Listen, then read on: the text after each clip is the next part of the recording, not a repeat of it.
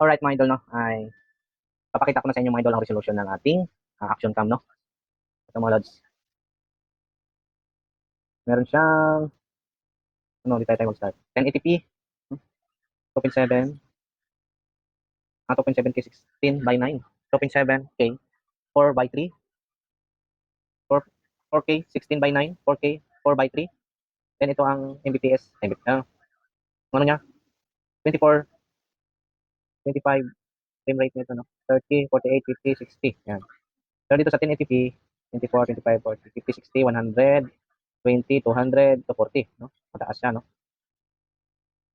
Ginamit ko kasi nakaraan ay 1080p, 60 fps. Dito naman sa, yan, ito yung kanyang stabilizer mga lods. Ito off, yan, magalaw yan, magalaw-galaw. Yan, parang ano lang, normal lang sa cellphone na magalaw-galaw. Tapos ito ang rock steady, steady niya, wala nang kagalaw-galaw yan. Yan. Kasi may stabilize na, meron siyang rock steady plus. Then, meron pa siyang horizontal balancing. Hindi pa yan. Para lalong hindi magalaw, ito, horizontal steady, mga lods. Back naman tayo dun sa kanyang wide. Yan, meron siyang wide. Meron pa siyang standard warp, narrow. Yan. Marami yan, apat yung ano nito mode dito sa wide mode niya. Gamitin natin, siyempre, nagpa-vlog tayo. Ultra wide tayo. Iba naman ito mga idol ay na-set ko na din naman to.